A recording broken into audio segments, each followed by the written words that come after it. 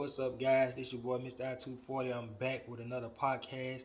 Hey, man, sorry, guys. I've been busy working, grinding, but you can see on the page, I've been grinding, giving y'all content every day. I appreciate the love the page getting. Oh, yes, guys, I finally hit 1,000 followers. I would have been at 2,000, but somebody hacked my page, but that's a whole nother story. Forget that dude. Y'all didn't get none. I still won, and I'm still here.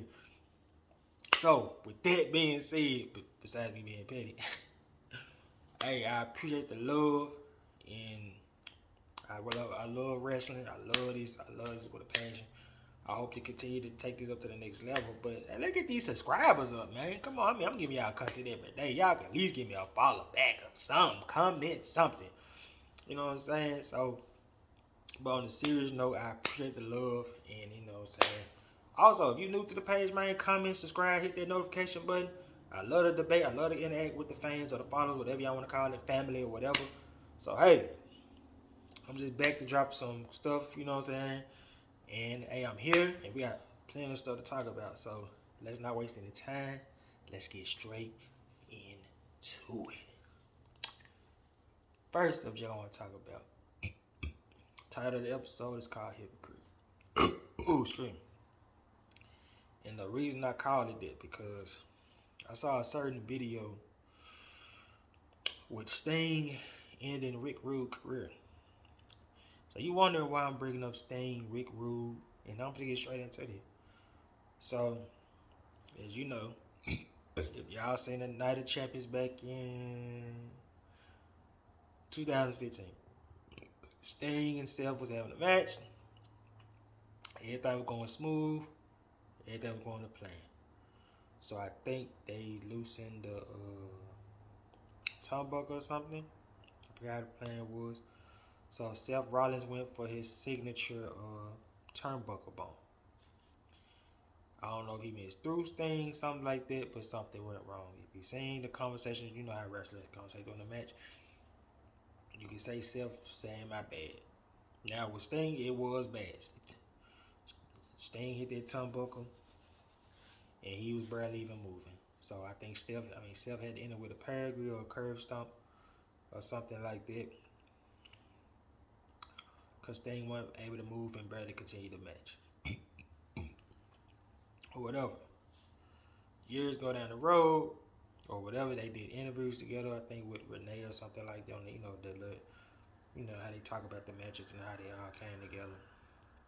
Sometimes you can tell during the video that Sting still had a grudge against Seth for what he did.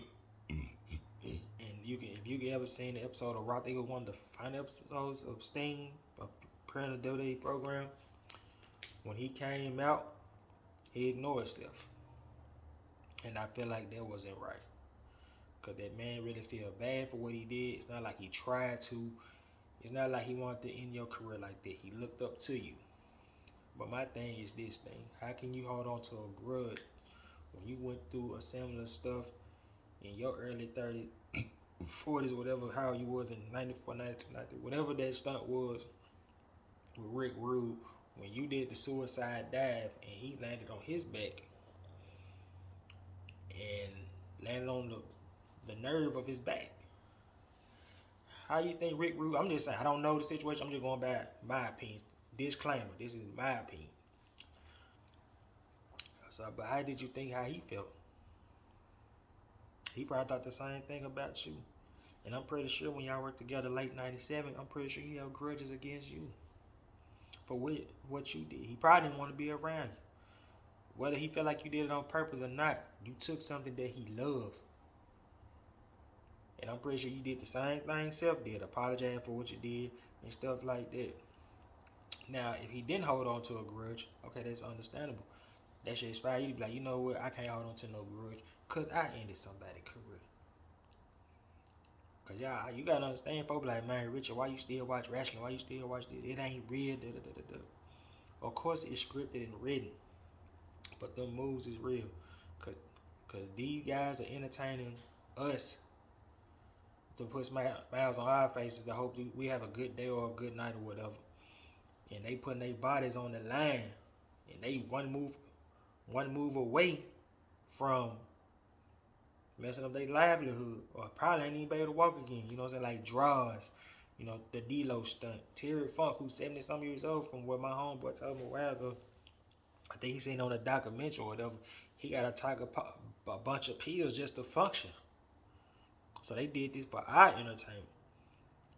So that's why I take it passionately, more serious, not to the point like I'm a wrestling geek or nerd or whatever. But you know what I'm saying? Because if it was real, Rick Rude career would have never ended like that, and Sting career would end the move like that. And that's another thing, Sting. At least you got a chance to do something that Rick Rude didn't do, Droz didn't do, Bret Hart didn't do. They didn't get a second opportunity to walk out on their own terms. You did. So just be blessed. If you still hold on to that grudge with that man, just be blessed that you still got a career. And hell, do what Paige did. You know what I'm saying? Paige was Soraya, whatever. She like automatically cleared. And she was the first person I text because Sasha felt bad for that for a long time.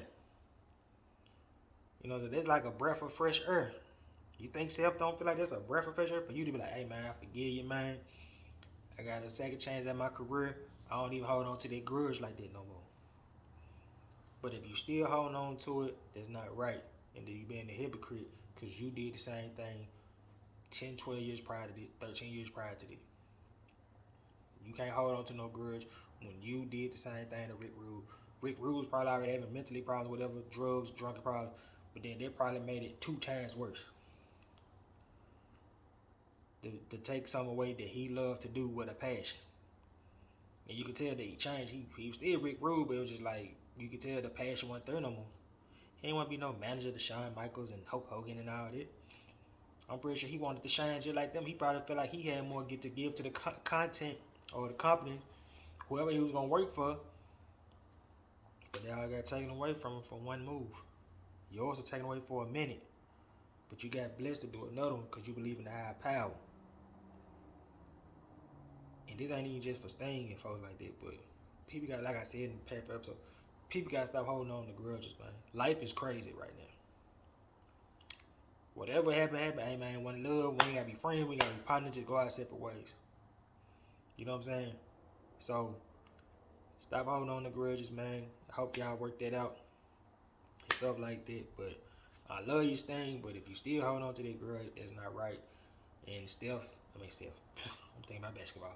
Steph redeemed himself with a close probably friend of yours, Cody Rhodes, in that cage match. Or Hell in a Cell match. Where, you know, he took care of Cody. And that helped Seth a lot from his period. Like, okay, we can trust Seth now. Because it's hard to trust people when people holding on to grudges. Especially if you're a valid person. I'm pretty sure after that, like with Goldberg, I'm pretty sure a lot of us didn't want to work with Goldberg. Like, he injured Brett. I don't know what we going to do to me. So some folks need that sense of clarification that, hey man, it was a mistake. He ain't do nothing. Cool. Y'all should have handled it like men from the beginning, like D-Lo and Droz did. Droz took the blame for his part. I'm pretty sure D-Lo still probably blamed himself a little bit, but they handled it like men, and they still friends, and they don't hate each other. Hell, Tyson Kidd can't even do that, you know what I'm saying? I'm pretty sure he still did like Samoa Joe, you know what I'm saying? So, it's the same thing. So, just don't hold on to grudges.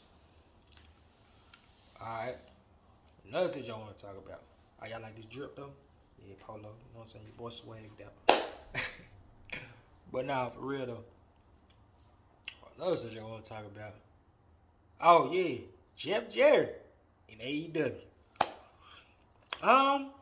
When I saw it, I was kind of shocked and intrigued, but the promo surprised me and Jeff Jarrett delivered. He brought a more edgier, darker side to the team of Sanjay Dutt and Jay Lethal, which is needed bad at the time, especially after the Joe feud, because they were starting to lose steam a little bit. I mean, good thing the feud was Darby and Sting, but still, it looked like it was starting to lose steam because it was like, all right, they get lost in the shuffle.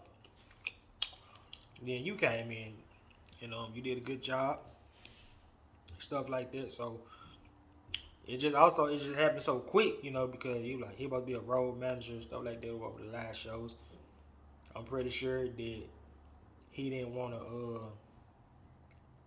be no road manager and stuff like that. I'm pretty sure he didn't want to do that. You know what I'm saying? He felt like He probably feel like he wanted to be in a part of the asset of the company or whatever. But a lot of folks sleep on Jeff Jarrett though. He might not be the John Cena. He might not be the Rock, Brock Lesnar, but he is Jeff Jarrett. And he's one of the most slept on wrestlers in history for his ring work, promo work, entertaining work. Overall slept on. He got to be one of the most slept on outside of Christian. So for him to get his just doing AEW is pretty good. I like it. I just hope, like I said, I just hope he don't get lost in the shuffle. You know what I'm saying? Because Tony tend to lag. This is how it is with AEW. AEW is like a hot pocket. You be hot for a minute, then you get cold. If you ain't, you know what I'm saying, trying to keep no steam on it, he gonna put you out in the shuffle. I noticed it. Because he signed a 2-minute wrestler, but a lot of guys ain't getting no push but the same people. Rightfully so, Jericho has the right. Moxley, Cardio, Daniel Garcia. He, see what I'm saying? He kind of getting lost in the shuffle for his Pure Championship. Good thing he getting a rematch with Euler, or Willa Euler, whatever his name is. Good thing that for a minute wasn't going nowhere. You know what I'm saying? You got Jack Swagger doing a hat gimmick. Like, that's how bad it is. I'm pretty sure there was probably Jack Swagger out there, but me personally, it's kind of entertaining, but it's like, if you Jack Swagger, you beneath that. You came in with steam at first. Now you're just a hat guy. So, I just hope it goes well. Excuse me, I'm sure on the cow drop. So, you won't get lost in the shuffle. And then, plus, he's another asset, you know, another brain in the business. They can give young guys free game, jewels, show them what to work on, you know what I'm saying, what to do and stuff like that. You know, you got your Mark Henrys, the big shows. Who else? Well, you had your William Regas. We don't know how they'll go. But you got guys to show them free game and wrestle. You know what I'm saying? You know, Jeff Jarrett probably ain't entertaining is the best, but he's pretty entertaining. So they need a little entertaining to it a little bit. Because it's only so much wrestling that fans going to take after year after year after year. So, I'm happy to see him been there. You know. Oh, yeah. Before I get to this subject, I believe that more happened to why he got fired. I don't know. Because it's just so funny that he dissed the hell out of Braun Strowman. Like, wow. Like, I'm not pretty sure. I'm pretty sure. I'm not sure. Maybe I'm guessing that him and Braun had a love-hate relationship. Because that diss came out of left field. Because you don't remember in the Undertaker DVD, where, you know, Undertaker came up to Bobby Lashley and Braun Strowman Bobby Lashley. I think he was that producer or the agent for that match. So, who knows? That's just my honest opinion. Oh, excuse me. But I'm happy to see Jeff and the company getting his just due. Because he's a good owner. He's better than Dixie Carter. Because the beginning of the TNA, Jeff did that. And then the Dixie Carter era, sometimes it had a chance to be up. And then it just went flat cold. Now it had a chance to be up with under the Impact management. So, don't sleep on Jeff Jarrett. Glad to see you, my boy. Another subject I want to talk about. Oh, yeah. This guy here is an all-time great. I don't care what nobody say. Walter is an all-time great. I mean, he was already great before then. But to constantly hear that Vince McMahon didn't know who you with, he had no plans for you, and for you to shove it down his throat before he left, that's respect, bro. I mean, you was already putting shows on in UK, NXT, and then you flipped and you came into America and did that, bro. You can't do nothing but respect Walter, man. We all knew he wasn't gonna be on NXT 2.0 that long. Like, who really thought that? Like, I didn't think that. He was too good. And I've been saying this for years, man. Vince is just old school. He don't know how to, you know what I'm saying? He know how to do 1995. Now, don't get me wrong. NXT 2.0 have came a long way. Long way. Because we wasn't no fan of this stuff when it first came out. It was too gimmicky, clownish. The only people that stood out was probably just age. I mean, Braun Breaker and Carmelo. But now you got Grayson Waller standing up. I mean, standing up, shining. You know, the Andrew Chase dude. Andrew Chase, that's his name. The Chase University. You know, they got their little storyline with Duke Hudson. They probably ripping and rapping. He might kick him out. You got India Hartwell. She's showing the most serious side.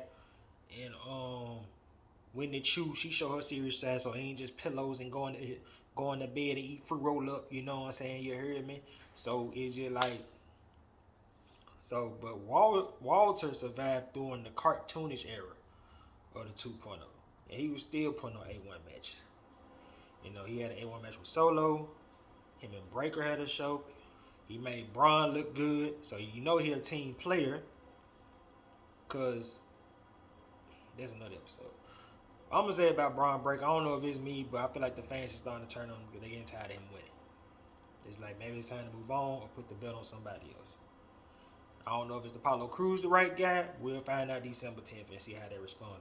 But if you pay attention to Braun Breaker last few matches, it been good, but it's just like, all right, bro, you're John Cena us now. But that's near here or there. And then back to my boy Walter. Then he going on SmackDown. They built him right. You know, he faced a few jobbers. You know, stuff like that. Then he beat Ricochet. Was it Ricochet? I think Ricochet. Yeah, Ricochet for the Intercontinental title, and he brought prestigious to their belt, putting on 5-star matches, 5-star meals, 5-star snacks. That you want more. Then you added the other homeboy was already on there. Then you added the dude with the ball here. I can't pronounce his name right now. You breaking the Imperium back. Now I need to see them other two guys with belts soon and getting title shots. So he's just that good. I don't know what Vince didn't see in him, and he like big guys. I mean, he's a team player. Vince made this man. I'm pretty sure he wanted to lose weight on his own. I'm not sure. I don't know, but he lost all that weight to build his career, and that was kind of shocking to me because Vince like big guys, built guys. But you know, Mark Henry fat. You know what I'm saying? Not fat, but have muscle to him. And he still made that work. I didn't think it was gonna work, but his performance. He might not be the best talker, the entertainer. But his actions do the talking, and he's doing a hell of a good job with the Intercontinental title. And I hope to see where he go from here, because him and Ray had a good match. Sheamus, that was match of the year. Him and Shinsuke. So I'm pretty sure now that I think about it, I'm pretty sure he's been in 5-6 matches of the year this year. If they did the Slammy Awards, they give him the wrestler of the year. I love Roman, but it's just like that's my next to last subject. I'll get to that in a minute. So that man is an all-time great. Next thing I want to talk about. Look, man. I know a lot of guys put their heart and sweat in this for 15 years. Dedication and all that. But some guys are just naturally talented. But I wrestled for 15 years, but you ain't entertaining. I wrestled for 15 years, you ain't got the charisma. You can wrestle all you want, but if you ain't bringing shock value and entertainment, you ain't got nothing. It's like the entertainment being. What they always say? The performance part is easy, just like this.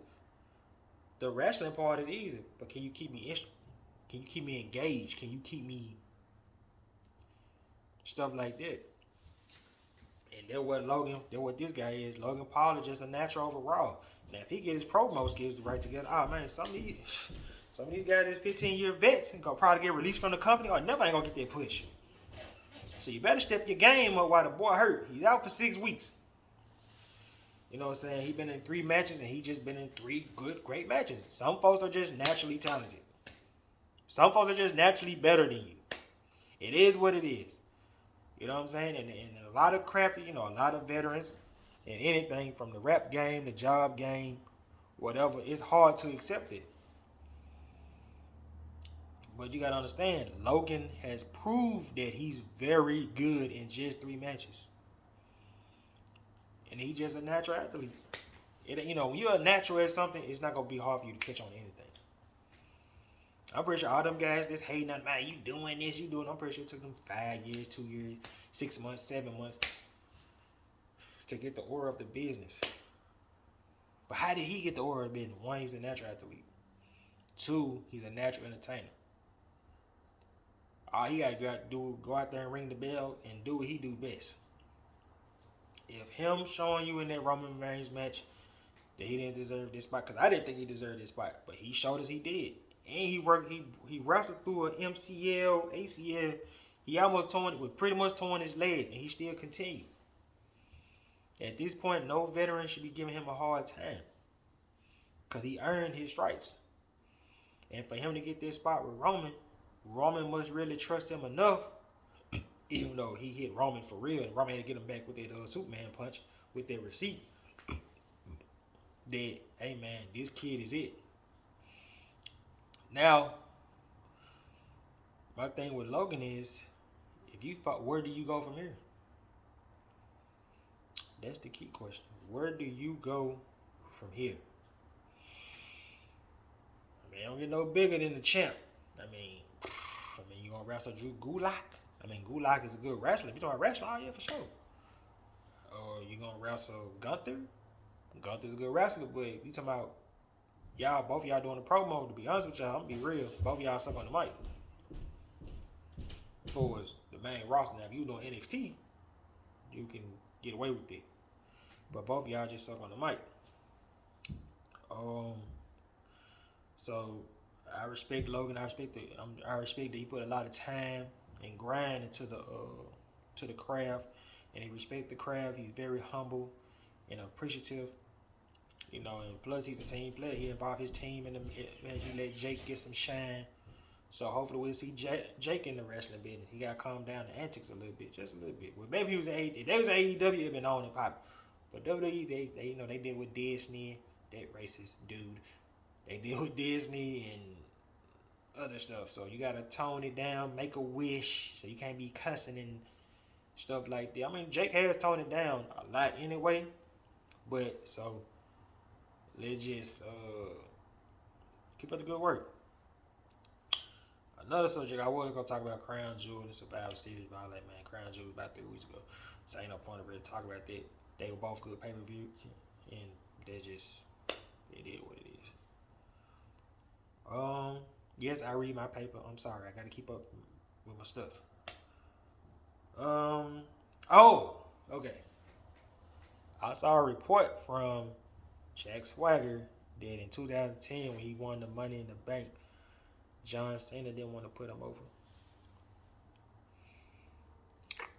Well, if you look at the title, if you look at it, I can see why John didn't want to put him over. But sometimes I believe John Cena could be an asshole and don't want to put nobody over. Hell, he didn't even put over Nexus, and they was hot as fish grease. All the greats make wrong mistakes, but here or there. I think that would have been better if Jack would have. I mean, he put over Jericho. That was good. Jericho helped him out, you know, and stuff like that. I can say that John should have did the right thing and see where it went from there. Jericho did that. I mean, Jack, let's be real. Jack swore like a title reign was kind of lukewarm. It was cool, but it was just like when he became champion, didn't nobody, like, everybody wanted him to become champion. Then when he became the champion, he just wasn't connected with the fans. Like, you can clearly see, like, the matches was kind of mediocre. The jump with him and Randy was cool. Jericho was okay. The jump with him and Big Show was kind of all over the place. I think Big Show had a title shot that year, if I'm not mistaken. Comment, let me know. So I just think at that time, I don't know how Jack Swagger. Well, I'm gonna say in the wrestling world, he wasn't ready for that pressure. He wasn't a Brock Lesnar. He wasn't a Randy Orton. He wasn't ready for that spotlight, and it clearly showed that he wasn't ready because he was carrying the number 2 belt at that time. Sorry, I hate to say it like that. The World Heavyweight Championship was number 2 belt in the cup. He wasn't ready for that spot, so I think he lost it that year. So, but John could have still gave that kid a young shot. Gave him a shot and see where he go. It would have been better coming off Cena first than Jericho. Because it like John was the face of the company. Jericho never been the face of WWE. He been one of the faces, but he wasn't the face. John was. And I think coming from John would have given him that stamp like, okay, let's go and see what the goal is from this kid. So, here or there. Oh, speaking of Cena, can you imagine this matchup? Whew. Cena versus Logan Paul, WrestleMania. Woo! Man, that'd be crazy, right? But I don't think John gonna do it though. I think Triple H would be open to it, but I don't think John gonna do it. Like, if John do it, I'd be shocked. I'd love to see it, except one problem. John, you need to cut your hair, bro. Get rid of the beard, cut your hair, get rid of that Pat Sajak haircut. I think the match will do numbers. I think it'll be a blocked office. The promo will be crazy. But the thing is, I didn't think of this. The promo could work. Except Logan got to be a heel. Tell me what y'all think. That'd be perfect. Like, just John come back, give that fake respect, dap him up, and then attack John from behind or attack John before WrestleMania. Build some steam over. Because I don't want it to be no simple praise. Oh, I love you, dog. I appreciate your work. Da-da-da-da-da. Logan needs to turn heel for this to work. The fans already don't like him a little bit, no way. I mean, of course, personality-wise, they love him. But I think for like a performer or an actor or whatever, they don't like him like that. Because you could tell in their promo with Roman, he was nervous. I think Logan will do natural as a heel once he get the concept and everything down pat. It ain't going to happen at once. I think with Cena, he need to be not heel from this point on, but I just think with Cena, he needs to be a heel. And I think that match will work out. And I think John, John going to talk through the match. John going to let him do his stuff and coach him and prep him and stuff like that. I think it'll be a 5-star match, man. You know what I'm saying? Because Cena can still go. Let's not get it twisted now. He can still go.